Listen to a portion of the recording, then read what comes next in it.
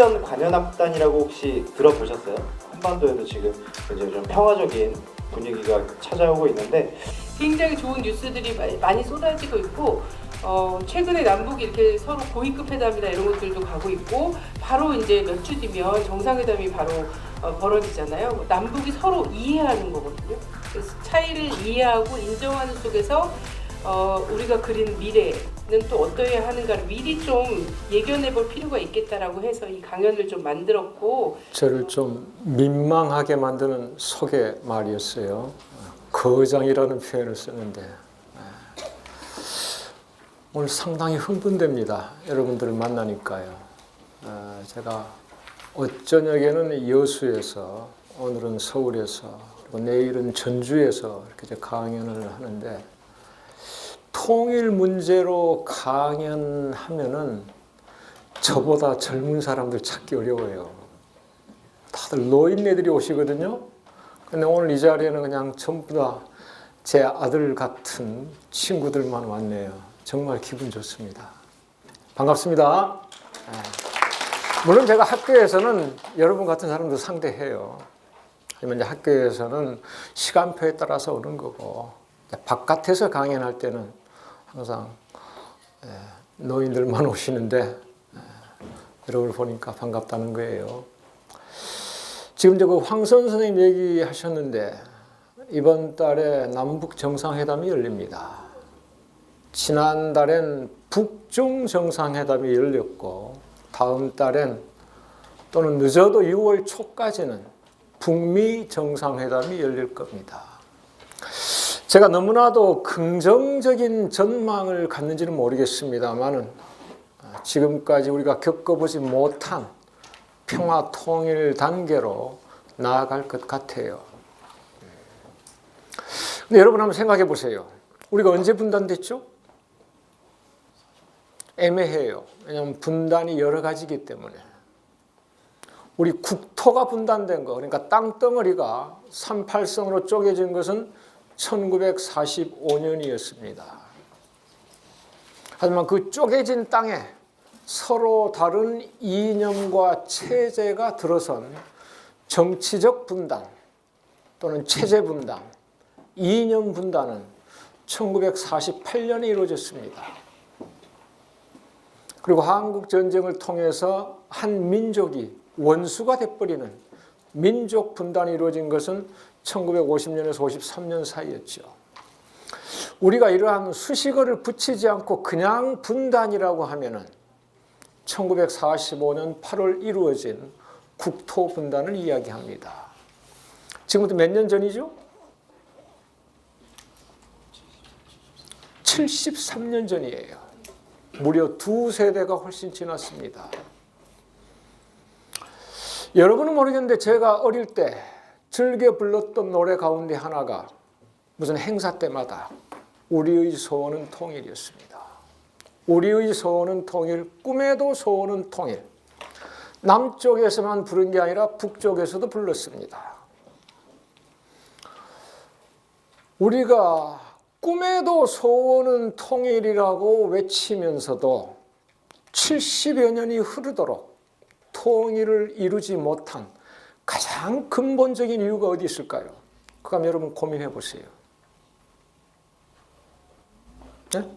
우리는 지금까지 공부하면서 그냥 언제 무슨 사건이 터졌다 이렇게만 쭉 외워왔어요. 우리가 언제 분단됐지? 언제 전쟁이 일어났지? 이런 식으로. 하지만 이제 여러분 대학생들이니까 또는 대학을 나오신 분들일 테니까 우리 학문에서 말하는 근본적인 물음을 그럼 가져보시기 바랍니다. 우리가 왜 분단됐지? 유럽에서는 독일이 분단됐잖아. 전쟁이라는 범죄에 대해서 분단이라는 처벌을 받은 거 아니에요.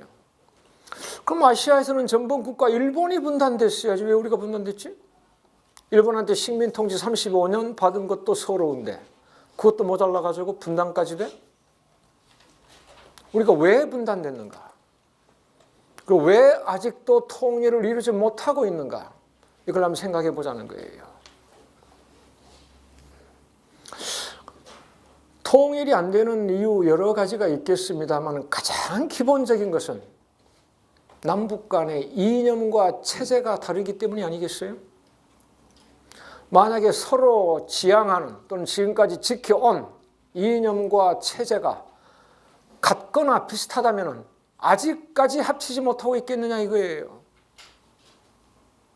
우리가 전쟁을 치른 것도 마찬가지고 지금까지 아웅다웅 싸운 것도 마찬가지고 컴퓨터 열심히 쓰세요. 제 글에 다 나와 있어요. 근데 우리 습관이 좀 이상하게 붙어있어요. 여러분들은 안 그럴 줄 알았는데 신세대들은. 제가 1980년대 미국 유학을 하다가 잠깐 나와가지고 서울 강남에서 영어회화 학원 강사를 했습니다. 돈 참 잘 벌었어요. 강남에서 영어회화 선생을 했으니까. 회화 강의를 하는데 나 따라하세요. 뭐 thank you, you are welcome 이렇게. 내가 한 번 얘기하면 두 번 따라하세요. 그래서 따라하지 않고 계속 써요. 회화는 말로 해야 될 거 아니에요. 근데 우리 저 습관이 중고등학교 때 선생님이 앞에 칠판에다 잔뜩 써놓으면 여러분 그냥 100개 적는 거잖아요. 지금 적어가지고 집에 가서 보실 거예요? 그럴 것도 아니면서. 이거 시험도 없어요. 그냥 받아 쓰지 말고 제 글에 다 있으니까 제가 그냥 말하는 거 여러분 고개 끄덕끄덕하면서 그런 거구나 이해를 하시면 돼요. 대학에서는 이해하는 수업이지 암기하는 수업이 아니잖아요. 제가 제 학생들한테 항상 강조하는 내용입니다. 뭐 그래도 써야 되겠다면 쓰세요. 안 쓰면 공부가 안 된다. 그래서 좀 잔소리가 있었는데요. 꼰대들은 이래요 항상. 그 잔소리. 제가 선생 기질을 못 버려요. 아무튼 우리가 이념과 체제가 다르기 때문에 통일을 이루지 못하고 있다 이거예요. 그러잖아요. 그러면 남북의 이념과 체제가 어떻게 다를까요? 이거 뭐 당황하지 마시고 가장 앞줄에 앉았으니까 제가 이뻐서 그래요. 나 이거 성희롱이 되면 안 되고. 진짜요? 우리가 흔히 남북한 체제를 비교할 때 가장 많이 쓰는 말이 뭐죠? 사회주의랑 자본주의랑. 벌써 이걸 읽어보셨구나. 벌써. 보통 어떻게 하는 줄 아세요? 우리 남한은 민주주의인데 북한은 공산주의다. 이런 식이에요. 많이 들어보셨죠? 참 잘못된 비교입니다. 맞기는 맞아요. 제가 이렇게 하면 얘기하는 거 들어보세요. 나는 남자인데 자네는 학생이네? 맞죠? 나 남자예요. 학생이죠? 나는 교수인데 자네 참 이쁘네? 맞죠? 나 교수예요. 이쁘고. 뭔가 좀 어색하지 않아요? 나는 노인인데 자네는 여자네? 맞죠? 내가 자칭 노인이라고 하네? 나는 노인인데 자네는 청년이다. 나는 교수인데 자네는 학생이다. 나는 남자인데 자네는 여자다. 이런 식으로 비교하는 건 조금 적절한데 내가 이전에 비교했던 건 부적절하지 않아요? 맞기는 맞아요. 그렇죠? 그런 식이에요.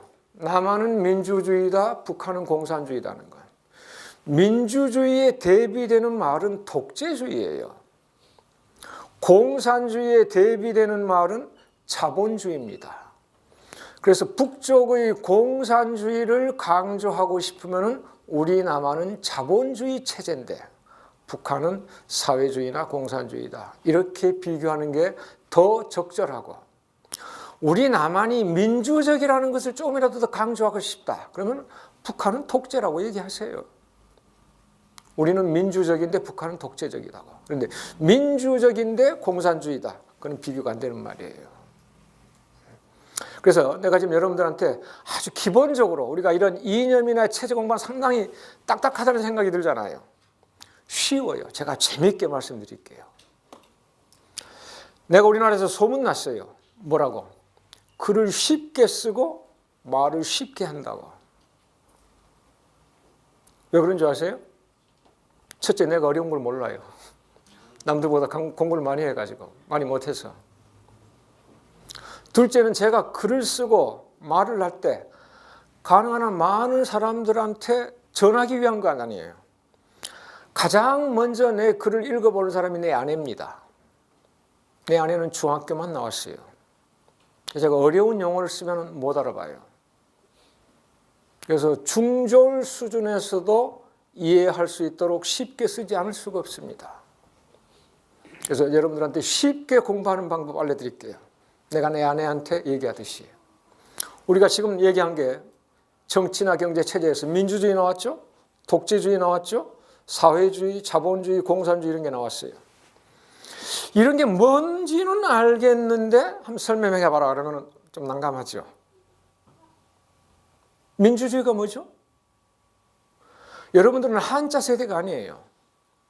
여러분들이 중국어나 중국 문제에 관해서 조금 관심이 없다 하더라도 한자어는 조금 배워두시기 바랍니다.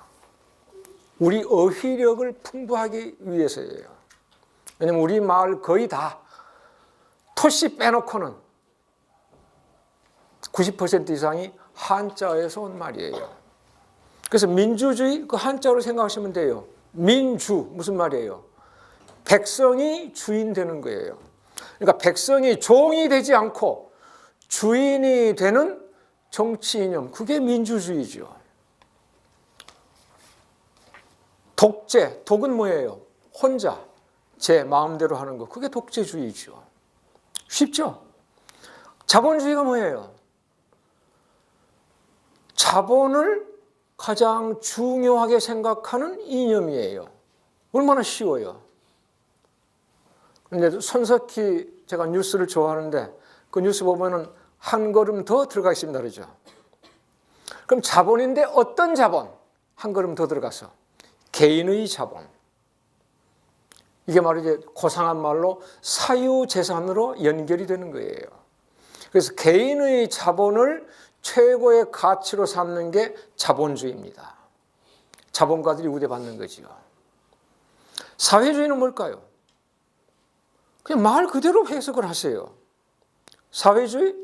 사회를 중시하는 이념이죠. 한 걸음 더 사회의 어떤 점 또는 어떠한 사회, 평등한 사회.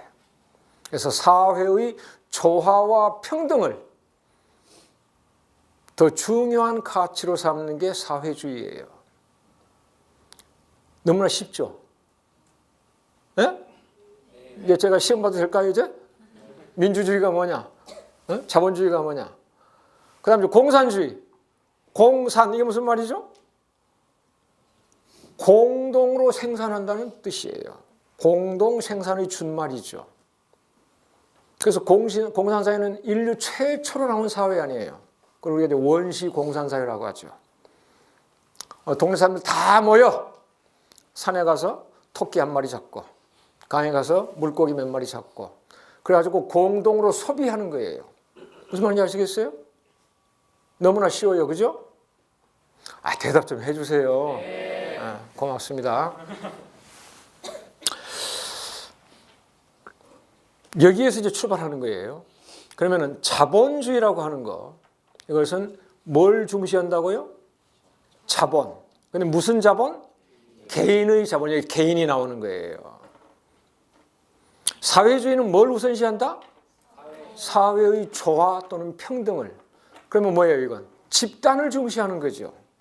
그래서 여기에서 개인주의가 나오고 집단주의가 나오는 겁니다. 그럼 요거는 이제 제 글에 포함이 안 돼 있는데 요거 마저 합시다. 요즘 여러분들이 우리 사회에 개인주의가 만연하고 있다 이런 말 들어보신 적 있어요? 네. 개인주의가 뭔데요? 개인을 더 앞세우는 게 개인주의예요. 무엇보다? 집단보다. 그럼 집단주의는 뭐예요?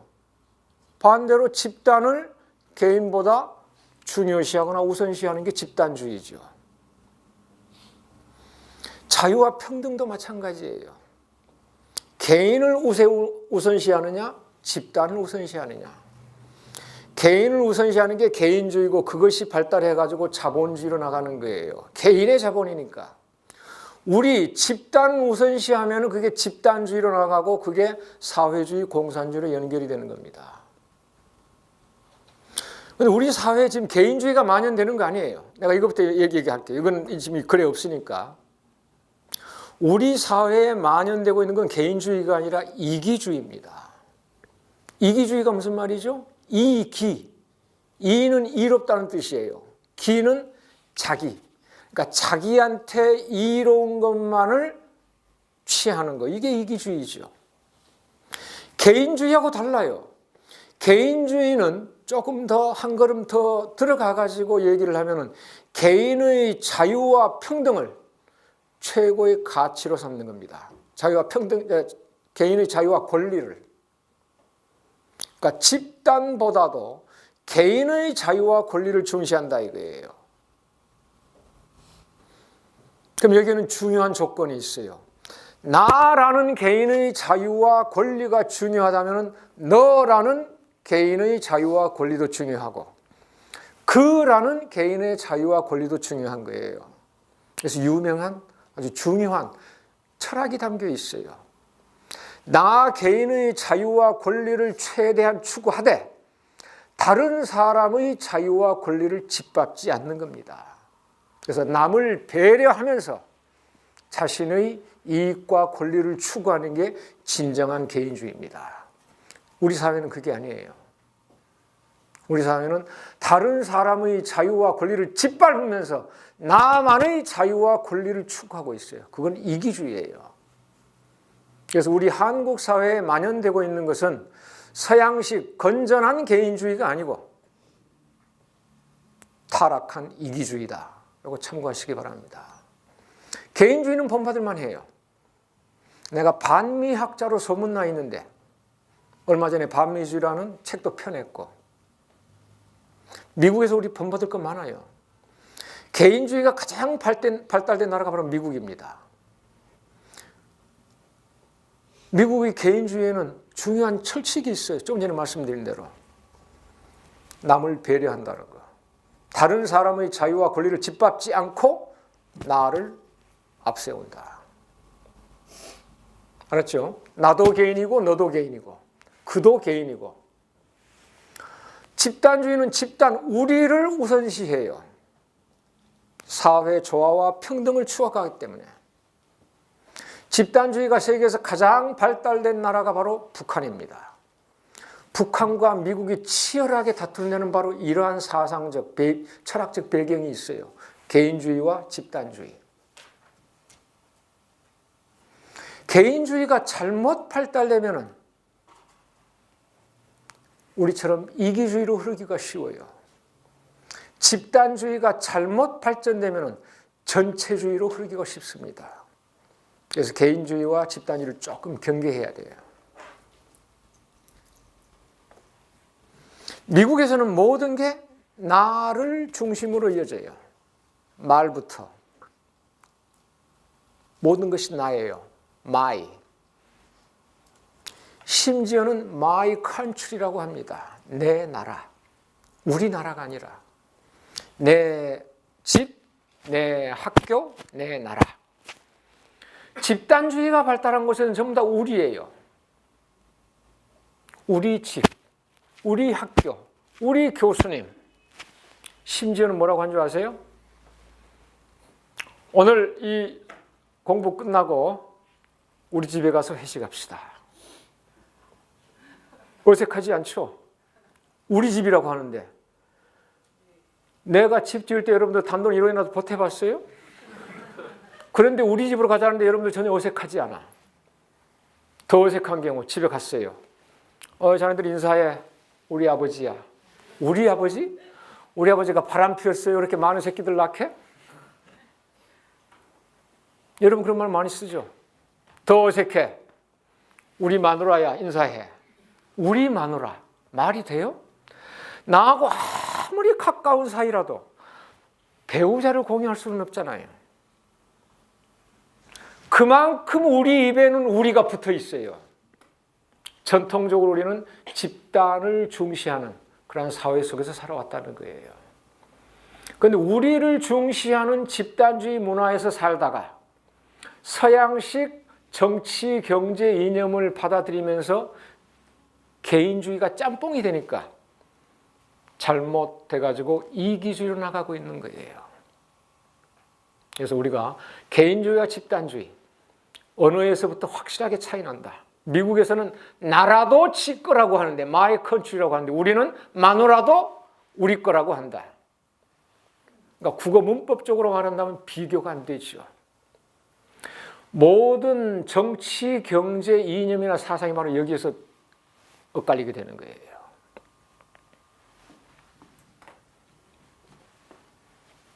자본주의와 공산주의, 또는 자본주의와 사회주의.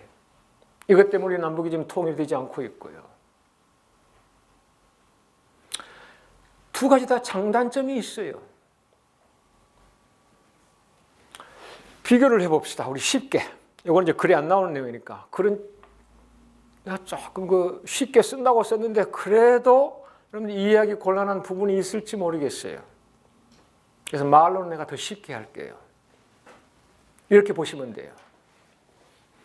우리가 대략 한 3, 40명인가요? 방통대 운동장이 있는지 모르겠네. 운동장에 나갑시다. 달리기를 한번 하는 거예요. 100m 달리기. 대략 누가 1등 할까요? 내가 마라톤은 잘해요. 42km 풀코스 완주했습니다. 근데 100m 단거리 달리기는 잘 못해요. 그러니까 능력과 소질이 부족해서 빨리 뛰는 건 못해요. 하지만 인내와 끈기를 가지고 오래 달릴 수는 있어요. 의지 문제이기 때문에. 기본적인 체력만 있다면. 그래서 내가 내 아들들한테, 내 학생들한테 즐겨 쓰는 말이 바로 그거예요. 우리 열심히 하자. 능력이나 소질이 부족해가지고 우리가 전부 다 잘하기는 곤란하다. 우리 전부 다 열심히 할 수는 있다. 능력에 문제되지 않고 의지에 딸린 문제이기 때문에. 자꾸 얘가 딴 말 이제 새 나가는데 우리가 달리기를 하는 거예요. 아마 대충 자네가 1등 할 것 같아요. 그 다음에 옆에 짝꿍은 이제 꼴등하고. 자본주의는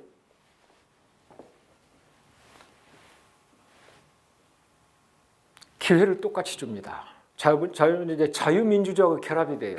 누구에게나 똑같은 기회를 준다. 이게 법적인 평등입니다. 또는 정치적인 평등이라고 해요. 한 2달 후에 선거가 실시되는가요? 네. 여러분 투표권 있어요? 네. 여러분 몇 표 가지고 있어요? 투표권? 하나? 네. 나는? 이거 불공평하지 않아요? 나는 정치학 박사예요. 정치학 교수고 나이 60이고 여러분보다 돈도 많고 나이도 많고 그럼 여러분이 한 표 가질 때 나는 10표쯤 가져야 되지 않을까요? 그게 바로 법적인 평등, 정치적인 평등입니다. 많이 배웠건 적게 배웠건 나이가 많건 적건 수입이 많든 적든 전부 다 똑같이 한 표 갖는 거예요. 그래서 자본주의라고는 100m 달리기 할 때 똑같이 출발선에 서는 거예요. 교수라고 봐주는 거 없어요. 늙은이라고 앞세우는 거 없어요. 그래 도착점에 이제 가면은 1등은 어떻게 돼요?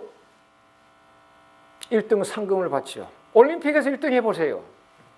얼마나 많은 상금 받게 되는가. 영광과 함께. 꼴등은 아무것도 못 받아요. 여기에 이제 차이가 나는 거예요. 1등은 맨날 1등만 하니까 부가 축적이 돼요. 꼴등은 맨날 꼴등하니까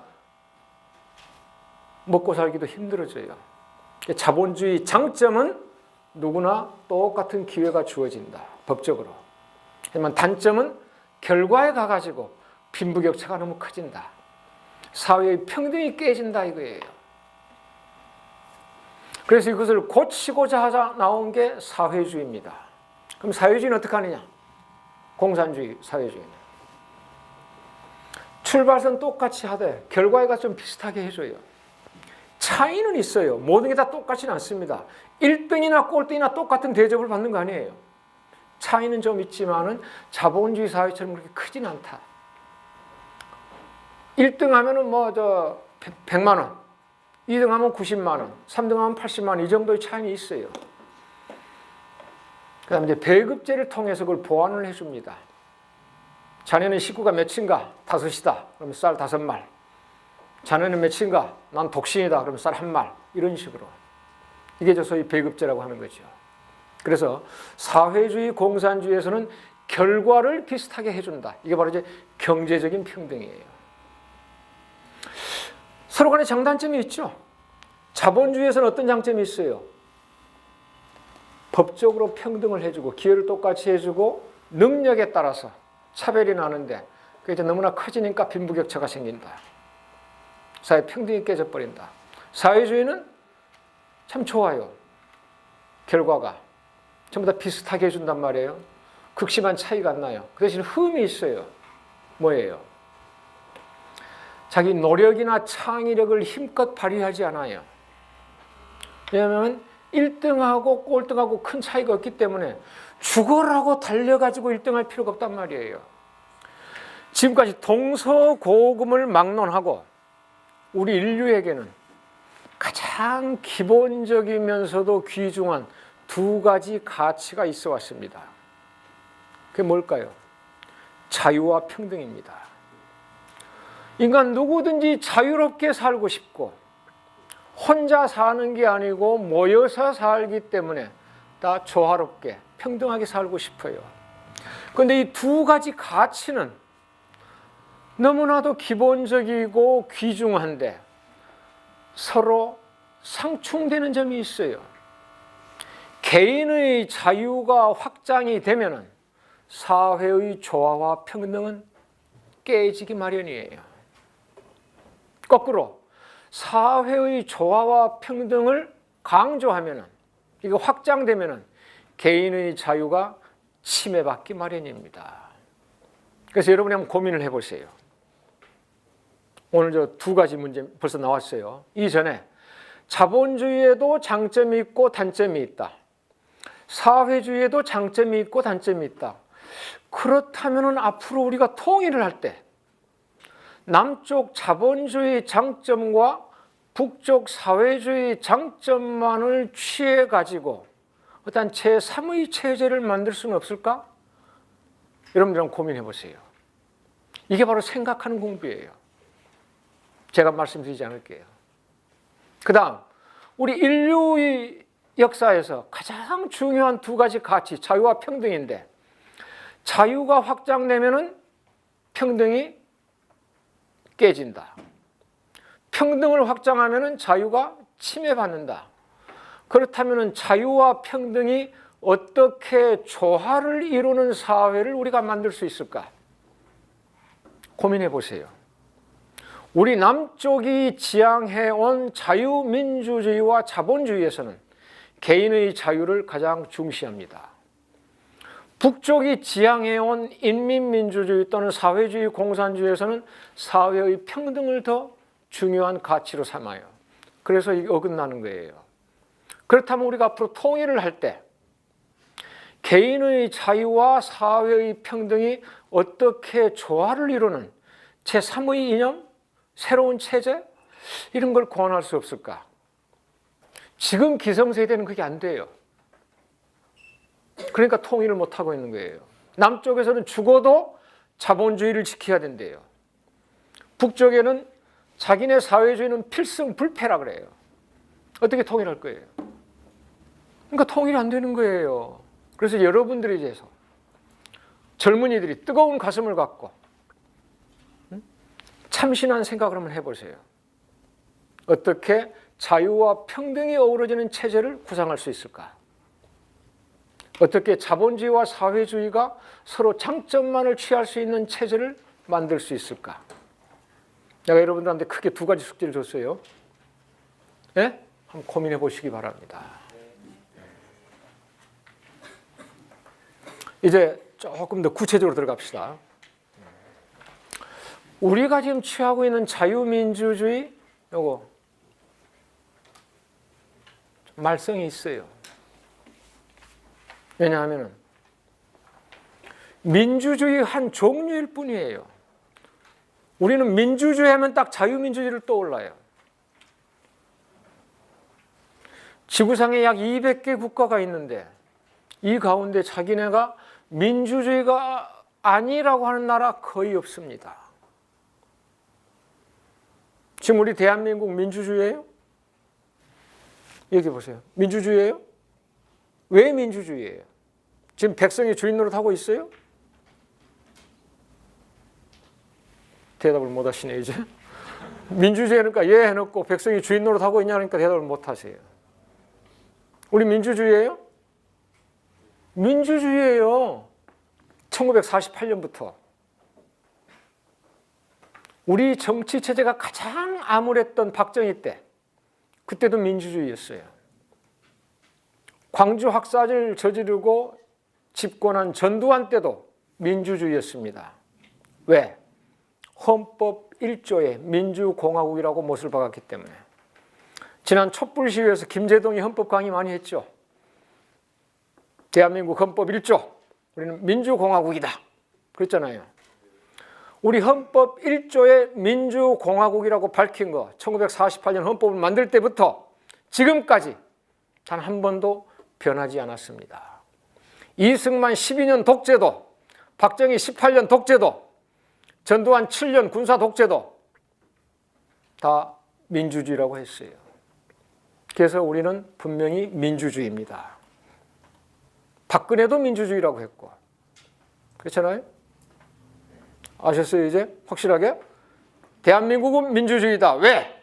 헌법 1조에 민주공화국이라고 못 박아놨기 때문에. 북한은 더 민주주의예요. 나 엄청 친북주의자입니다. 에? 북한은 왜 민주주의인 줄 아세요? 그래요. 북한의 정식 국호가 뭔지 아시는 분? 조금 잘못됐어요. 그러니까 우리가 지금 이게 잘못됐어요. 우리가 처음 누구를 만나면 가장 먼저 뭘 소개해요? 자기 이름을 소개해요. 그리고 학번을 얘기하고. 학번 뭐 1, 2년 차이 나면 내가 형이네, 언니네 뭐 이랬었고. 가장 먼저 이름을 소개하죠. 우리는 지금 통일을 하자고 하면서 상대방의 이름도 제대로 몰라요. 그렇잖아요? 여러분들이 과연 북한의 정식 국호를 얼마나 아느냐 이거예요. 북한은 국호가 아니에요. 그냥 우리가 편의상 부르는 이름이죠. 조선민주주의 인민공화국입니다. 나라 이름이 11글자나 되니까 이거 외우기가 어려워요. 우리는 대한민국 4글자고 그거 줄여가지고 한국이라고 하는데, 그럼 참고로 조선민주주의 인민공화국 뭐라고 줄여 부를까요? 대한민국 4글자도 많아가지고 한국이라고 줄여 부른다. 그러면 조선민주주의 인민공화국 11글자 뭘로 줄일까? 조국? 그 사람은 청와대에 있고. 가장 앞글자고 뒷글자 뭐라고 불러요? 네, 조선이라고 부릅니다. 그래서 대한민국의 약칭은 한국으로 돼 있고 조선민주주의 인민공화국 약칭은 조선으로 돼 있어요. 자꾸 이야기가 바깥으로 좀 새 나가는데 여러분 조금이라도 재미있게 해주려고. 그래도 기본 상식을 우리가 조금 습득하면서. 하여튼 북한은 조선민주주의 인민공화국은 나라 이름에서부터 민주주의가 들어가잖아요. 민주공화국이.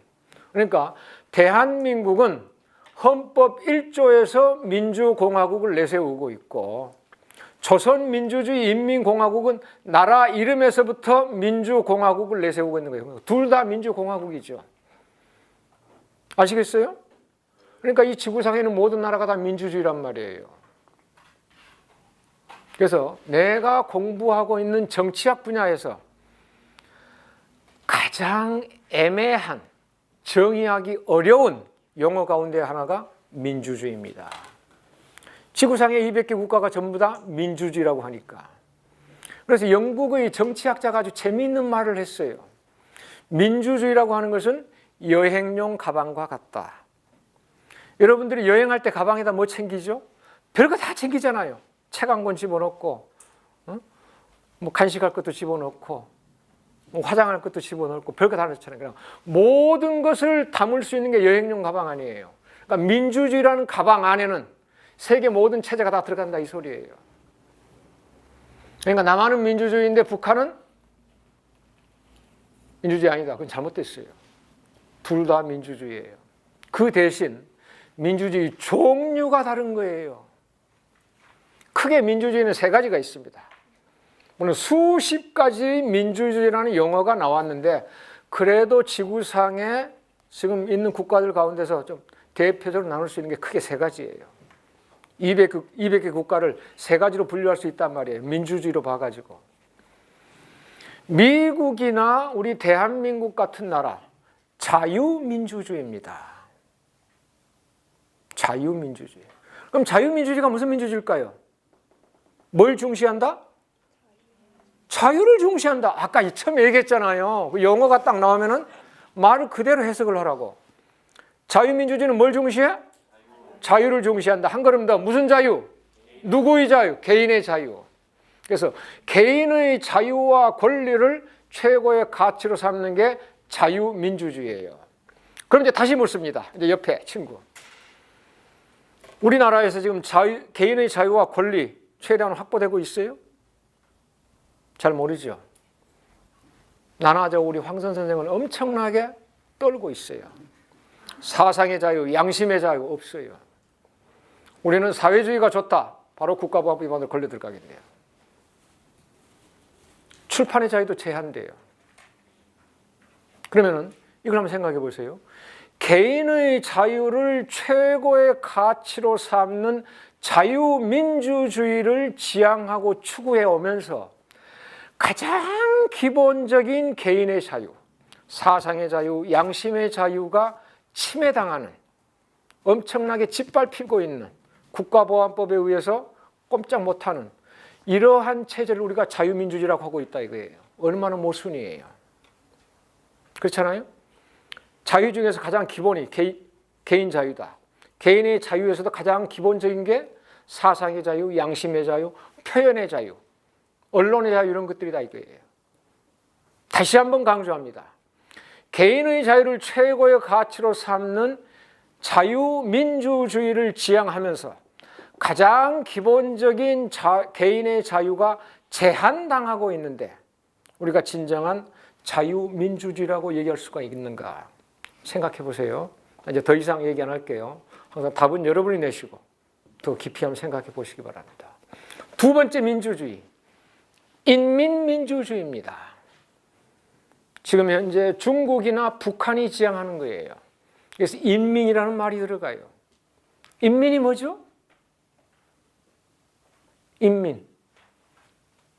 그냥 사람이에요, 사람. 사람을 한자로 표기한 게 인민입니다.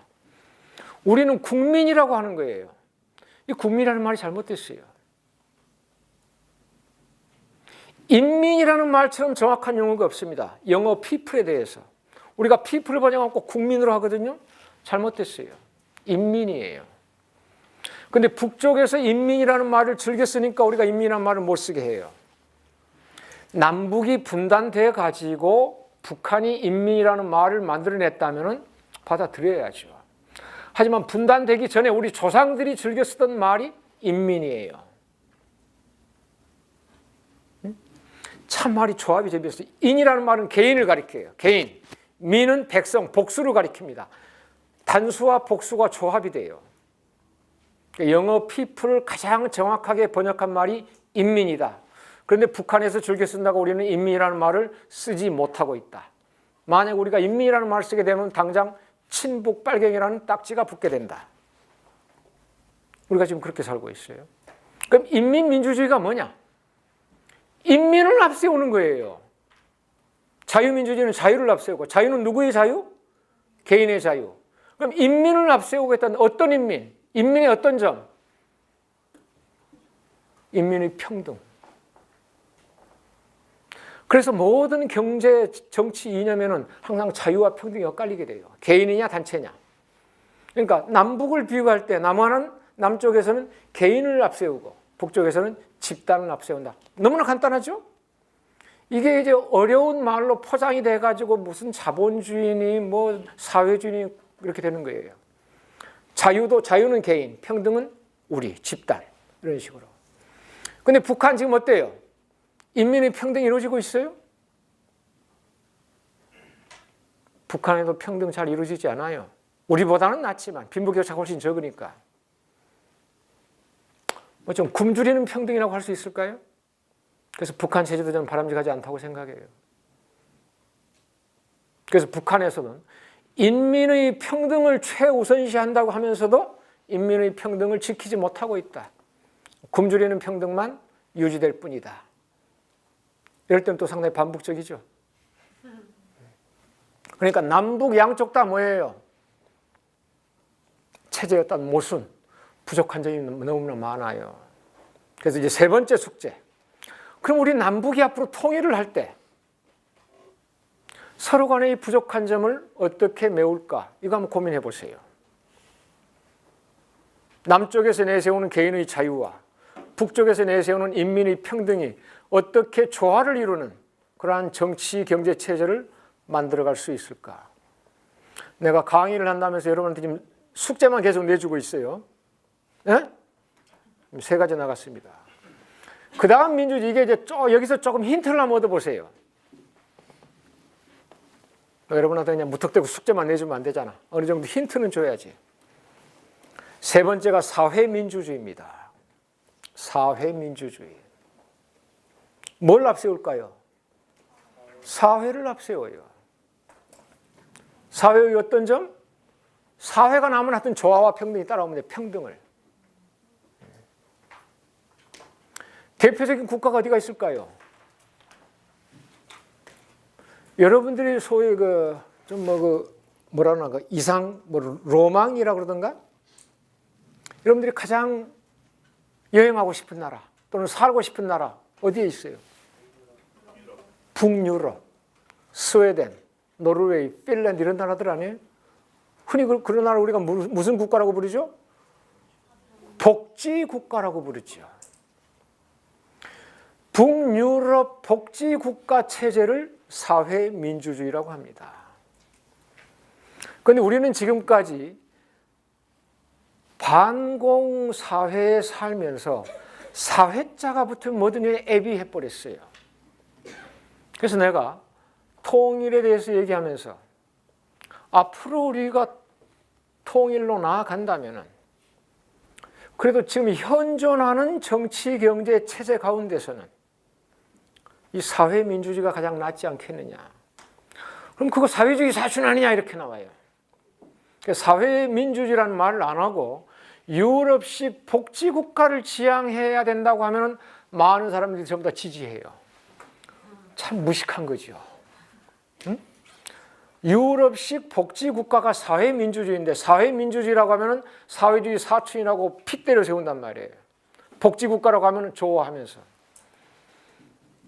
여기 흠이 있어요. 세금을 많이 내야 돼. 그래서 그런 나라는 세금이 엄청나게 많습니다. 그 대신 돌려받는 게 많죠. 젊어서 일할 때 많이 벌 때 세금을 많이 내놓고 늙어서는 편하게 지내는 거예요. 복지기금으로. 이른바 복지국가라고 하는 나라들은 그 나라 GDP의 대략 20-30%를 사회복지비용으로 씁니다. 미국은 이에 비해서 너무나도 적게 복지비용을 써요. 그래서 선진국 가운데서는 가장 복지 후진국이라는 말을 듣습니다. 대략 그래도 한 15에서 20% 정도를 써요. 우리나라 어떤 줄 아세요?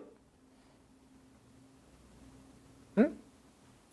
요즘 우리나라에 사회복지사 많이 나오고 각 대학마다 사회복지학과 인기 끌고 있죠? 그래도 10% 안팎이에요. 그러니까 유럽에서 GDP 한 30%를 쓰는 그러한 복지국가들하고는 비교도 안 되고 복지 후진국이라고 하는 미국보다도 훨씬 낮게 사회복지 비용을 쓰고 있다. 지금 우리 사회에서 복지 정책이 계속 확대가 되고 있어요. 애들한테 그냥 무료 급식도 하자 그러고 요즘 이제 조금 진보적인 학생 단체에서 무상교육, 무상의료라는 말도 나오고 완전히 빨갱이들이죠. 응? 이런 사회가 아마 돼야 될 거예요. 궁극적으로는. 그런데 역설적으로 우리나라 사회복지정책에 가장 큰 기여를 한 사람이 누군지 아세요? 이거 분명히 아셔야 돼요. 우리나라 정치발전 제1등 공신입니다. 누구겠어요?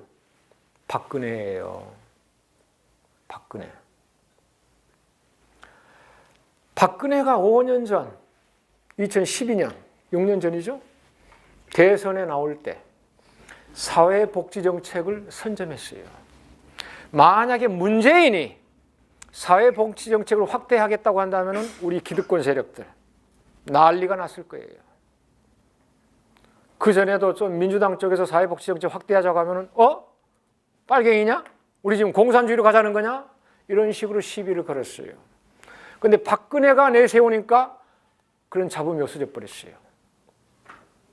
그리고 이제 당선되고 나서는 전부 다 그냥 후퇴시켜 버렸죠. 그래도 일단 박근혜 덕분에 사회복지 정책에 대한 이 부정적인 그러한 그 분위기가 없어져 버렸다는 거. 얼마나 큰 기여를 한 거예요.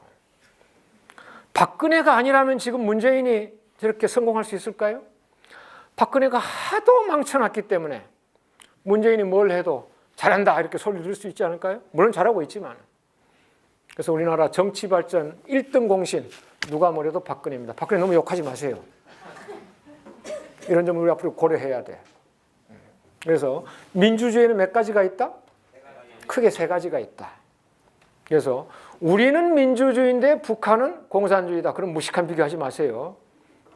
우리가 민주주의라면 북한도 민주주의다.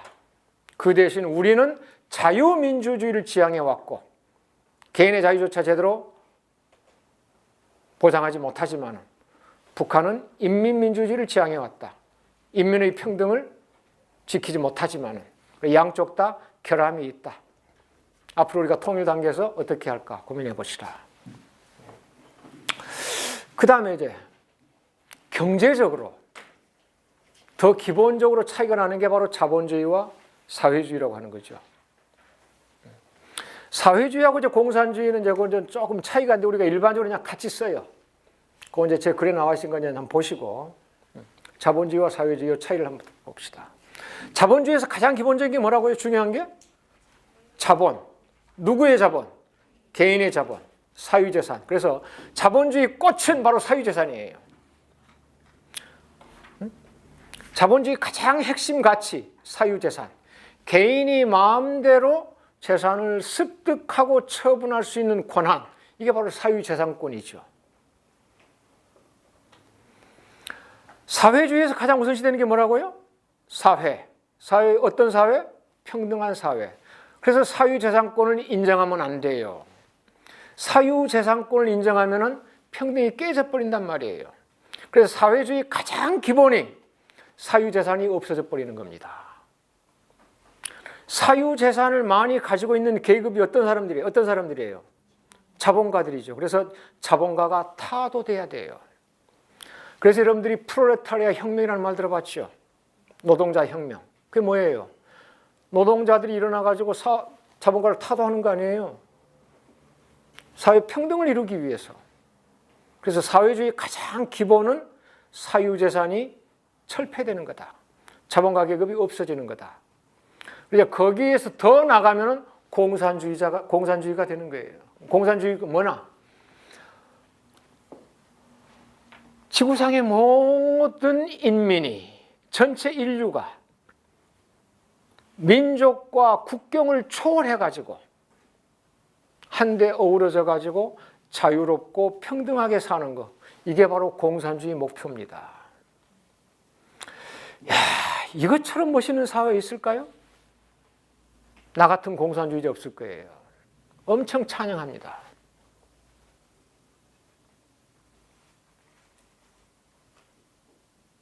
검사, 경찰들 앞에서도 떳떳하게 얘기해요. 공산주의 목표 얼마나 좋으냐. 지구상의 모든 인류가 민족과 국가를 초월해가지고 전부 다 더불어서 자유롭고 평등하게 살자는데 이걸 어떻게 반대하느냐 이거예요. 여러분 반공 하잖아요. 근데 이 공산주의 목표가 너무나 훌륭한 게 흠이에요. 왜? 실현될 가능성이 없잖아요. 아무리 정책이 좋으면 뭐예요? 실현 가능성이 있어야지. 실현 가능성이 없으면 그건 이상적이 아니에요. 망상이고 환상이고 공상이지. 공산주의는 바로 그렇다는 것이다. 그 다음에 공산주의에 또 흠이 있어요. 공산주의를 이룩하는 과정에서 첫째,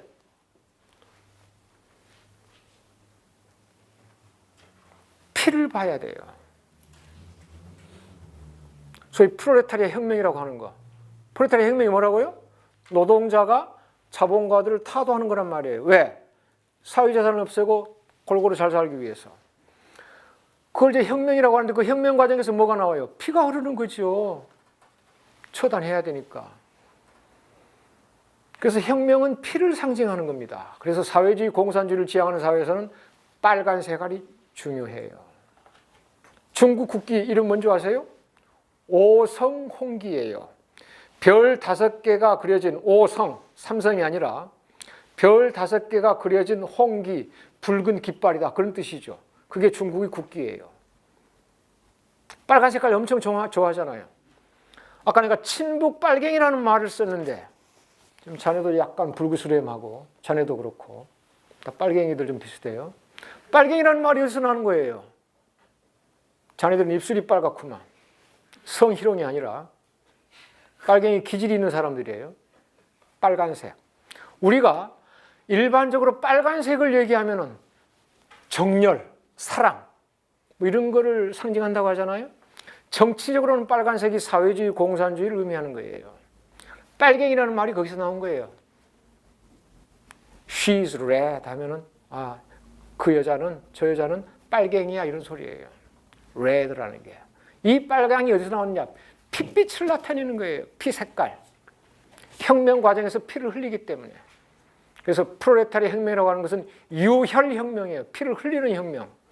그 피 색깔이 빨갛기 때문에 빨간색이 사회주의, 공산주의를 상징하게 된 겁니다. 아시겠죠? 그래서 앞으로 빨갱이라는 말 여러분이 알고 쓰세요. 빨간색이 뭔가. 그래서 아무튼 사회주의 가장 기본은 뭐다? 사유재산이 없어지는 거다. 그 다음에 뭐가 없어져? 자본과 계급이 없어지는 거다. 그래서 공산주의를 삼무사회라고 해요. 삼무. 3가지가 없어진다는 말이죠. 2가지는 지금 얘기했죠. 뭐예요? 처음에 사유재산, 2번째 자본과 계급. 이건 이제 거의 동시에 없어지는 거예요. 3번째 궁극적으로 없어져야 되는 게 있어요. 뭘까? 국가예요. 국가. 국가라는 존재는 뭐냐 도대체? 이거는 개인의 자유, 권리에 그냥 간섭하고 통제하는 것밖에 더 되지 않아. 그래서 공산주의는 무정부주의를 지향하는 거예요. 정부까지 없어져 버리는 거예요. 정부가 인민의 자유를 간섭하고 통제한단 말이에요. 우리는 무정부라는 말을 상당히 부정적으로 해석해요. 왜 그러냐면 무정부 상태라는 말 때문에. 무정부 상태라는 말하고 정치학에서 말하는 무정부주의하고는 하늘과 땅 차이예요. 우리는 어떤 상태가 혼란스러울 때, 질서가 안 잡힐 때, 그걸 무정부 상태라고 하죠. 무정부주의는 그거하고 달라요. 인민의, 개인의 자유와 권리에 좀 간섭하지 말고 통제하지 말고 그러한 정부 역할이 최소가 되는 거, 그게 무정부주의예요. 공산주의가 궁극적으로 지향하는 건 그런 거죠. 그래서 사회주의와 공산주의를 지향하는 사회에서는 국가보다 더 위에 있는 기구가 있어요. 그 뭘까? 공산당이에요. 그래서 전 세계적으로 공산당이 사회 질서를 유지하는 거예요. 국가까지 없어져 버리는 상태. 그래서 삼무가 바로 공산주의다.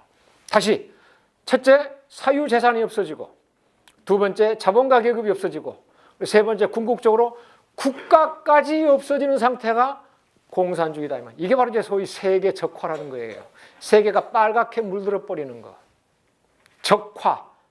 적으로 변한단 말이에요. 적이 뭐예요? 빨간색. 그러니까 전 세계가 빨갛게 공산주의로 물드는 상태가 공산주의다. 그렇기 때문에 중국이나 북한에서는 공산당이나 노동당이 국가 우위에가 있어요. 시진핑 권력이 어디서 나오는 줄 아세요? 중국 공산당에서 나오는 거예요.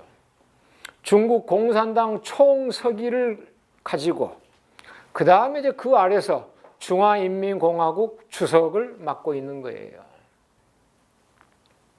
그러니까 국가 주석이라는 자리보다도 공산당 총서기라는 자리가 더 높다. 권한이 더 세다 이 말이에요. 북한 마찬가지예요. 지금 우리가 흔히 김정은 하는데, 또는 김정은 위원장이라고 하는데, 김정은의 공식 직함이 뭔지 아는 사람? 문재인이 공식 직함 뭐예요? 문재인 대통령. 김정은은? 김정은 위원장? 무슨 위원장이에요?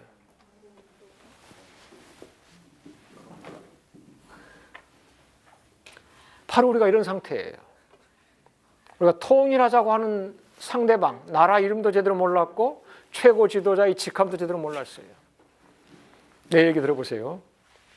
과거에 김일성이 살아있을 때, 그러니까 김정은 할아버지가 살아있을 때 김일성을 어떻게 불렀는가? 잘 들어봐. 조선노동당 총비서이시며 조선민주주의 인민공화국 주석이시며 조선인민군 총사령관이신 위대한 수령 김일성 동지께서는, 이게 주어예요. 그 주어에 그 나라에서 가장 중요한 직함 3개가 포함이 되어 있어요. 가장 먼저 뭐가 나왔죠? 조선노동당 나왔죠. 조선노동당 총비서. 여러분이 총비서, 북한에서는 과거에 이제 총비서라고 했고 지금 이제 그 제도가 폐지가 돼버렸는데 중국에서는 총서기라고 합니다. 여러분, 비서나 서기라는 명칭에서 어떤 느낌이 와요? 우리 사회에서 그냥 비서다, 서기다고 하면은, 비서라고 하면은 차 심부름하는 여인, 또는 이제 정치판에서 이제 수행 비서, 가방 들고 다니는 사람. 서기라고 하면은 뭐 적는 사람, 그런 거죠. 사회주의를 지향하는 국가에서는 서기라면은 또는 비서라면은 최고의 권력을 가진 사람들입니다. 우리 남쪽에서 장관보다도 높은 사람들이에요. 그 나라들뿐만 아니라 미국도 마찬가지예요. 미국의 장관을 영어로 옮기면 뭔지 아세요? 친미 국가에서 이 정도는 알아야지. 영어 단어 그 정도는 알아야죠. 시크리터리예요. 우리가 시크리터리를 번역할 때는 뭐냐? 비서라고 하죠. 미국의 장관은 시크리터리예요. 디펜스 시크리터리, 국방부 장관. 시크리터리 오브 스테이트, 국무부 장관. 이런 식이죠. 그러니까 여기는 무슨 어떤 점이 여기 포함되어 있느냐? 미국의 장관이나 북한이나 중국의 서기나 비서라는 말에는 국민들한테, 인민들한테 봉사한다는 그러한 게 들어가 있는 거예요. 우리 장관이라는 말에는 어른 장자예요. 그러니까 우리는 소위 정치 감투들이 국민 위에 군림하는 그러한 느낌을 줘요. 하지만 그쪽에서는 봉사한다는 그러한 느낌을 주는 거죠. 그럼 지금 김정은은 어떻게 되어 있느냐? 이게 이제 체제가 많이 바뀌었어요. 잘 들어보세요. 다시 이제 비교해봐. 김일성 때는 어떻게 됐다? 조선노동당 총비서이시며 조선민주주의 인민공화국 주석이시며 조선인민군 총사령관이신, 이렇게 나왔단 말이에요. 지금 김정은 공식적으로 소개할 때 조선노동당 위원장이시며, 당이 먼저 나왔죠? 두 번째, 조선민주주의 인민공화국 국무위원장이시며 조선인민군 총사령관이신.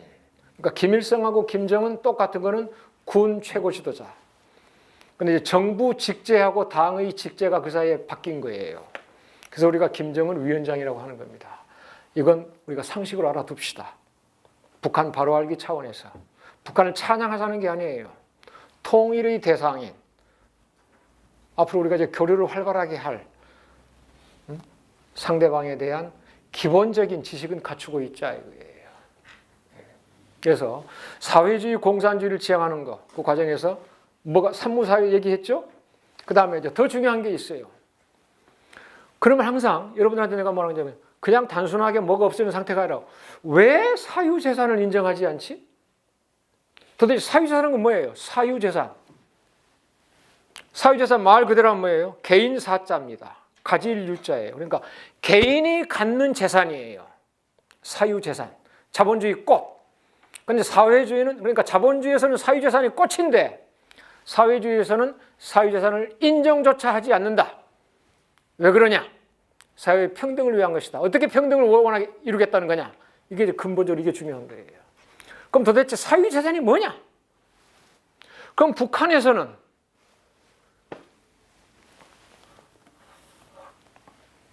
요즘 뭐저 평양 시내 보니까 스마트폰 가지고 다니던 사람들 봤죠? TV에서. 사유재산이 인정이 안 되면 오늘은 내가 쓰고 내일은 네가 쓰고 모레는 이 친구가 쓰고 그거 얼마나 비싼 사유재산이고 5, 60만 원 가잖아요. 응? 뭐 이런 시계는 괜찮아. 이건 뭐 10,000원짜리니까. 이런 10,000원짜리야 뭐 내가 가질 수 있겠지. 근데 롤렉스 금시계를 가지고 있다. 몇백만 원짜리. 그럼 사유재산은 인정이 안 되니까 오늘은 내가 이거 차고 내일은 네가 차고 모레는 네가 차고 이렇게 돌아가야 될까? 그래서 우리 남쪽 사회에 과거에 이런 무식한 농담까지 무식한 말까지 나왔어요. 공산주의에서는 마누라도 공유한가?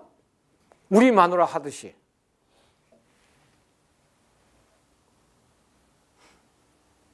그럼 뭐 이런 거 그냥 좀 이동하기가 쉬우니까 괜찮아. 그럼 집에 있는 TV, 냉장고 더욱더 비싸죠? 값이 더 나가요.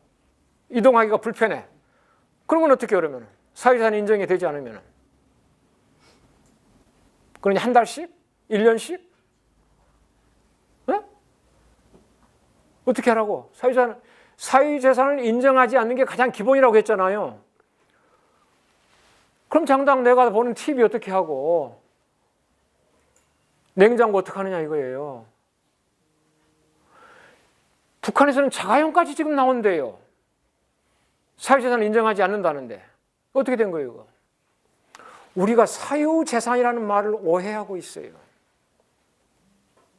말 그대로 개인이 갖는 재산 전부 다를 얘기하는 거 아니에요. 아무리 비싸더라도 소비재는 개인이 얼마든지 가질 수 있습니다. 시계, 스마트폰, TV, 냉장고, 자동차 이런 건 소비재예요. 5년이든 10년이든 20년이든 쓰다가 고장나면 버리거나 없애는 거예요. 이건 사유재산의 대상이 아닙니다. 소비재이기 때문에.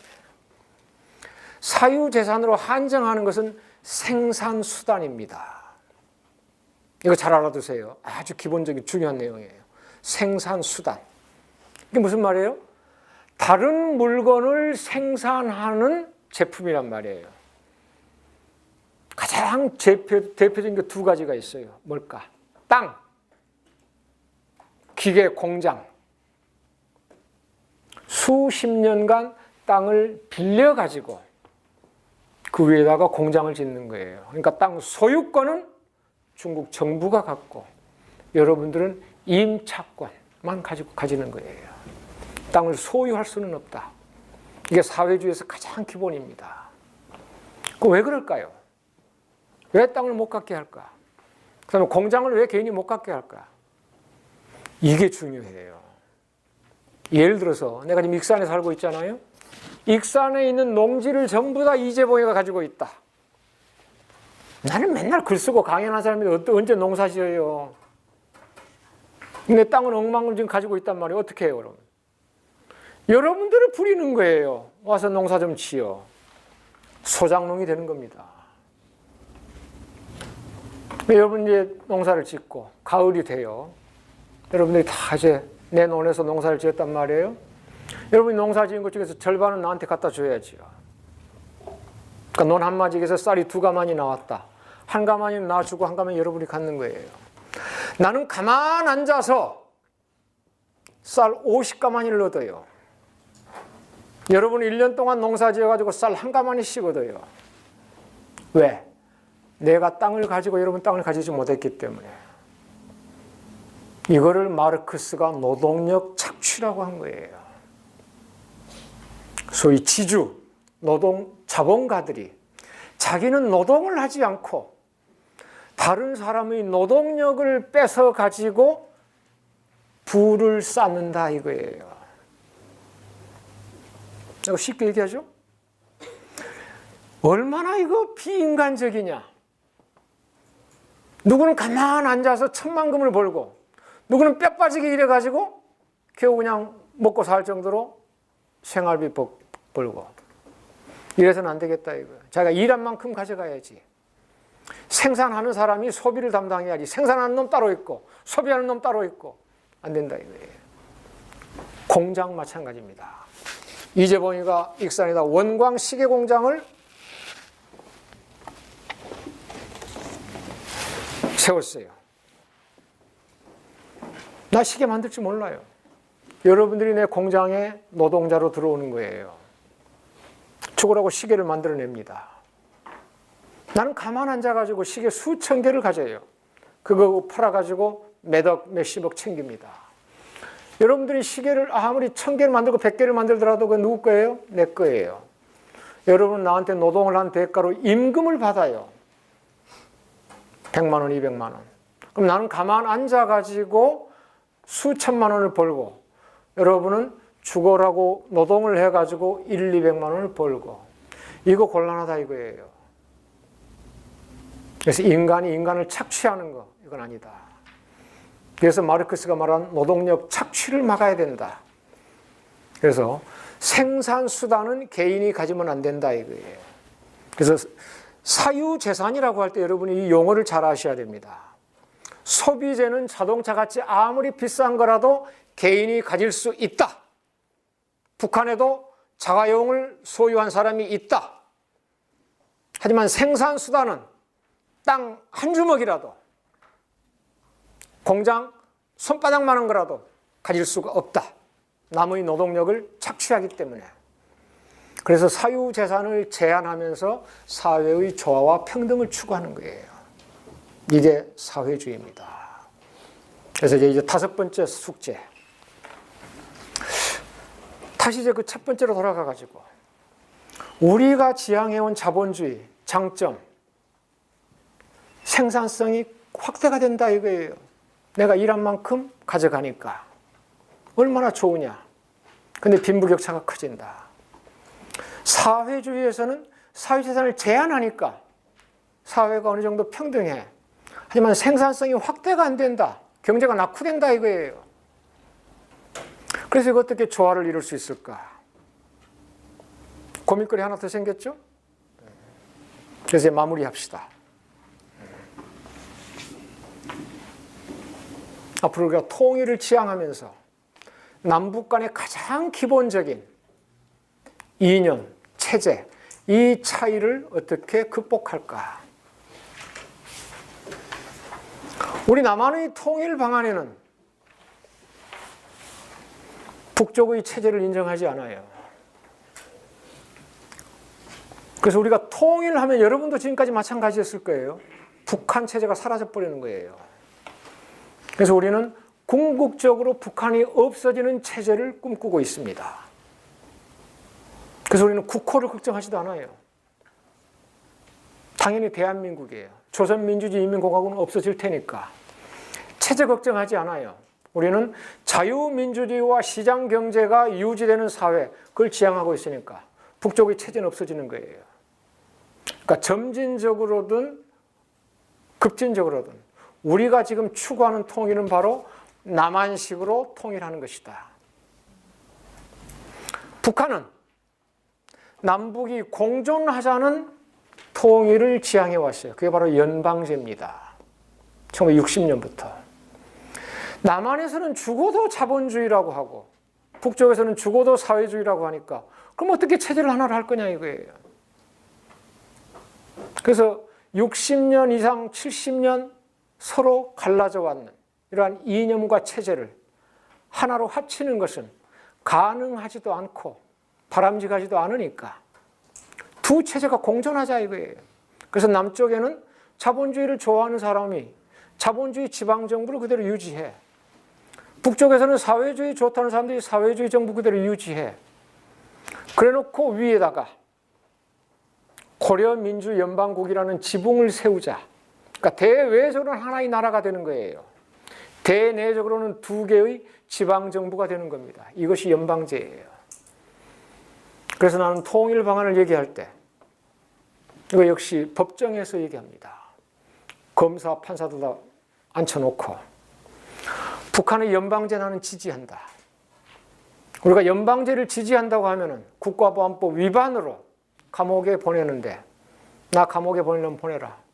그 대신 연방제만큼 실현 가능성이 높고 더 바람직한 통일 방안 있으면 내놔봐라.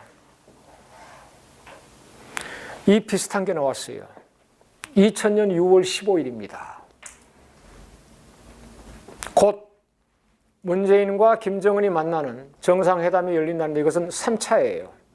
1차 정상회담은 2000년 6월 김대중과 김정일 사이에, 2차 정상회담은 2007년 10월 노무현과 김정일 사이에, 그리고 이제 3차 정상회담은 2018년 4월 문재인과 김정은 사이에 이루어지게 되는 겁니다. 1차 정상회담 때 중요한 합의사항이 나왔어요.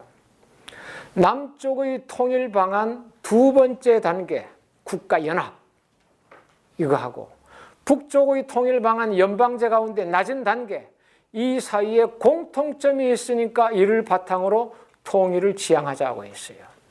이것만큼 바람직한 거 있어요?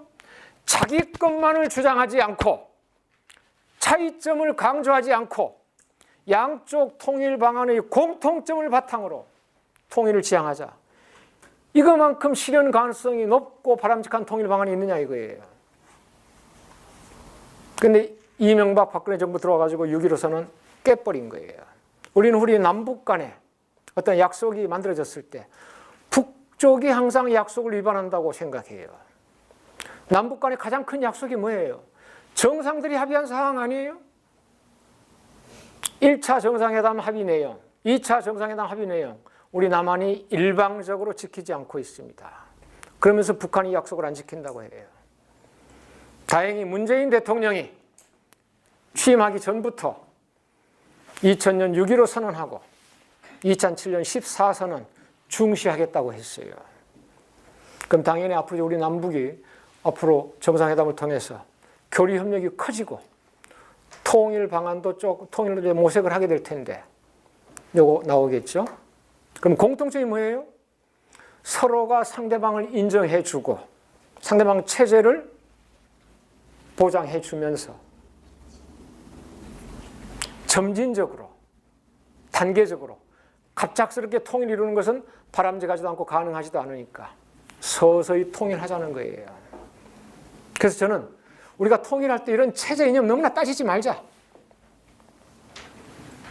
그래서 제3의 체제, 난 이렇게 하고 싶어요. 우리 남한의 체제입니다. 우리 남한의 체제는 오른쪽에 있어요. 자본주의. 자본주의는 녹색을 상징합니다. 북쪽의 체제는 빨간색이에요. 사회주의를 상징합니다. 이 두 개가 쭉 가면은 50년이고 100년이고 평행선을 그으면서 만날 시간이 없어요. 그렇죠? 그래서 이렇게 좀 굽혀져야 되지 않을까요? 이러면 이제 여기 와가지고 갑작스럽게 만나는 게 아니라 한 체제가 없어지는 게 아니라 양쪽 체제의 장점을 받아들여가지고 제3의 체제가 만들어지지 않겠어요? 그러면 남쪽 체제는 어떻게 돼야 돼요? 지금 여러분이 오른쪽에 와 있는데 왼쪽으로 약간 기울어져야 돼요. 사회주의 장점을 받아들이면서. 북쪽은 어떻게 돼야 돼요? 우리 자본주의 시장경제의 장점을 받아들이면서 오른쪽으로 좀 기울어져야 돼요. 그래서 이렇게 가지 않고 이렇게 가야 되겠죠. 그래서 30년, 50년 뒤에는 여기서 딱 만나게끔. 이게 이제 사회 민주주의에 근접하지 않겠느냐. 방법은 간단해요. 남쪽의 자본주의가 오른쪽으로 가는 데는 사회복지정책을 확대하면 돼요. 사회복지정책은 바로 사회주의 장점이에요. 우리가 복지정책이 왜 필요해요? 나나 여러분 같이 먹고 사는데 문제가 없다면 복지정책 필요 없어요. 우리보다 못 배우고 우리보다 가진 게 적은 사람들을 배려하기 위해서 같이 더불어 살기 위해서 사회복지정책을 마련하는 거죠. 그래서 우리가 사회복지정책을 확대하면 자연적으로 왼쪽으로 가게 돼 있어요. 그럼 북쪽이 왼쪽으로 오게 하려면 어떻게 해야 되느냐? 개혁 개방을 하면 돼요. 그럼 자연적으로 시장 경제를 받아들이게 돼요. 그래서 우리 남쪽에서는 사회복지정책을 확대하면서 약간 왼쪽으로 가고 북쪽에서는 개혁 개방을 하면서 시장 경제를 받아들이고 약간 오른쪽으로 온다면은 내가 죽기 전에는 곤란하더라도 여기서 만나지 않겠느냐. 저절로 자연스럽게 네가 양보해라 내가 양보해라 그럴 필요 없이 우리가 이런 사회를 지향하면서 여러분이 더욱더 통일 문제에 관심 갖고 열심히 합시다. 고맙습니다.